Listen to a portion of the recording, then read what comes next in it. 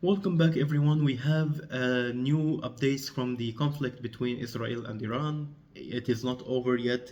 Things are looking at future conflict between both sides. But before we start going through the updates, let me cover a very important point that will define the reason behind everything else. First, this 12-day war. Who won the battle?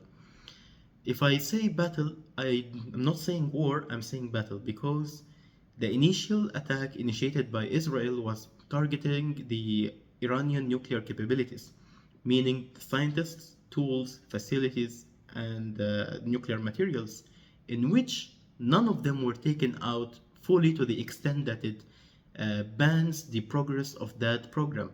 So Israel War Council have chosen these targets as the objectives, and they failed to achieve any of them.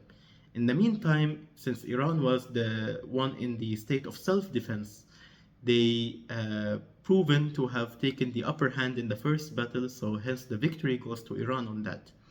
Now, we cannot tell who's victorious from a single battle. It's a prolonged war of attrition that will commence at a later date, and we'll find out why.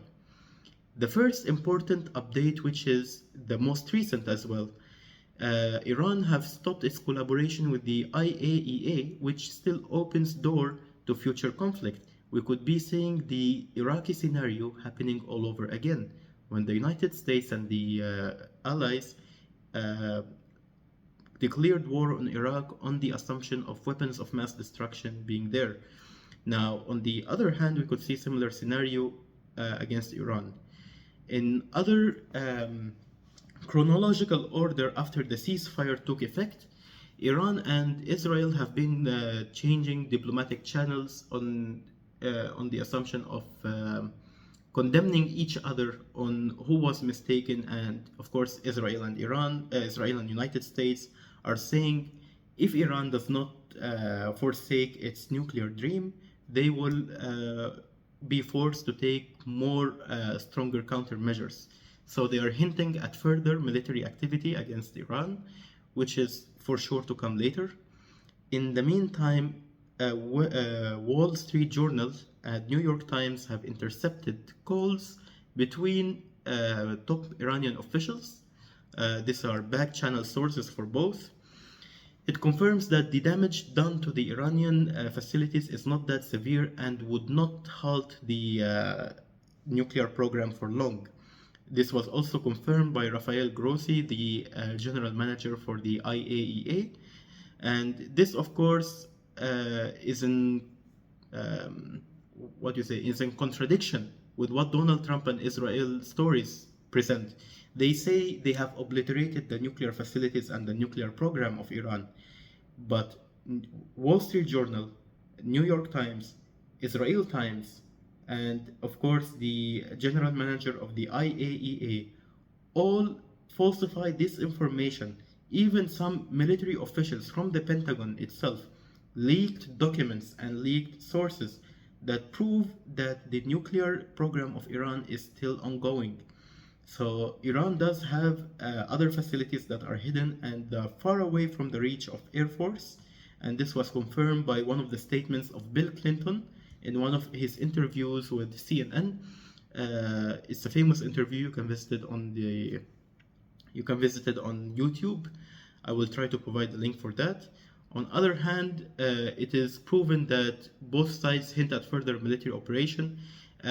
Israel have announced that they are seeking to develop battle plans, one of them with support of the United States and one without the support of the United States, for a prolonged war of attrition between both sides. They even considering ground operations against Iran to totally dethrone the current regime uh, and assign the governance of Iran to a pro-Western government. So in terms of that, only time will reflect on the events. Some people might reflect on the trade deal that was done between China and the United States. Guys, please keep the affairs between United States and China separated from the war between between Iran and the United States and Israel, because in such in such occasion, politics is a mutual benefit. There are no allies, there are no enemies, there is only mutual benefit. So, in that term, Iran would be forsaken by Russia or China if it has no value added to them. But till we see that happens in effect in response to the next attack when it happens, we could see how the image of China and Russia reflect on Iran. Of course, this could happen through many things, whether it's diplomatic assistance or military aid. We cannot tell or assume any of those only unless we have events or news headlines that we can count up on. Because what we have seen is the Minister of Defense of Iran has visited China to strengthen and replenish the Iranian arsenal.